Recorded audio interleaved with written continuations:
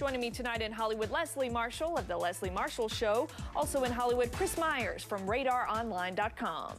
I want to begin with a new video diary posted on RadarOnline.com by Nadia herself. Nadia talks about the offer from the charity group Angels in Waiting to help care for all 14 of her kids. Watch what she said. I spoke with her on the phone about a week ago for a very long time, and the only reason that I was really reluctant, and still am, is because they're only located in Lake Arrowhead. And what that would mean I'd have to uproot all the kids, you know, for what, 6 months, or even less time, and put them in a new school, and it's extremely cold, and I don't know how conducive that is for the babies. Chris, you've spent a lot of time with her. Are you getting the impression that, hey, her mind is made up here? Well, let me first say, Brooke, that Nadia turned to us to do this Octomom blog, as you put it, to kind of set the record straight and clear up a lot of these controversies and rumors swirling around about her and her family.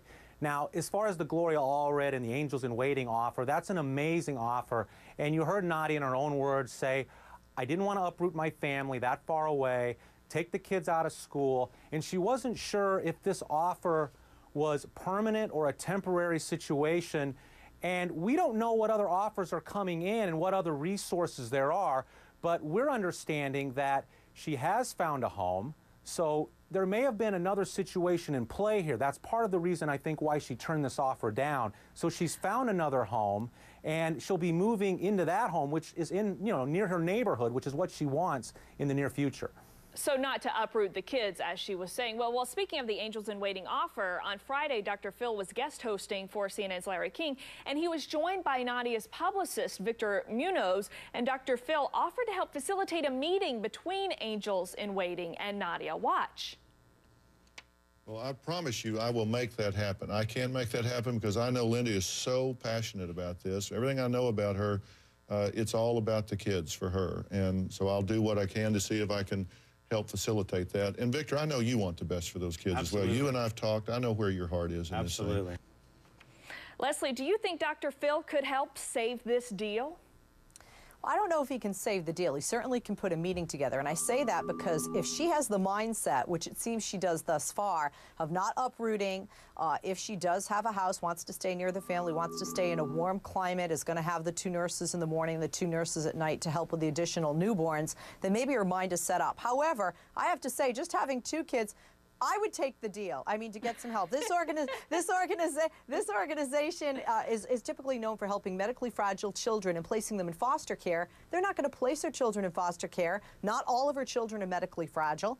Just a few of them out of the 14 are, thankfully. Yeah. But I mean, for her not to consider this is crazy because it could be temporary. Yeah, Leslie, it does sound like a very, very generous offer. And you know, I want to move now to Nadia refuting those reports about doing a reality show. On her video diary posted on Radar Online, she says she is not, I repeat, not doing a reality show. Watch.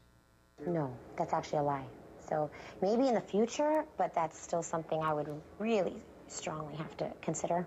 I've always believed, and I could change my mind when they're older if the kids wanted to do it, but I personally believe that it's kind of a form of exploitation, depending how it's done. Documentary is different. Okay, documentary, different. So she's ruling out the reality show in a way, but leaving the door open by saying it depends on how it's done.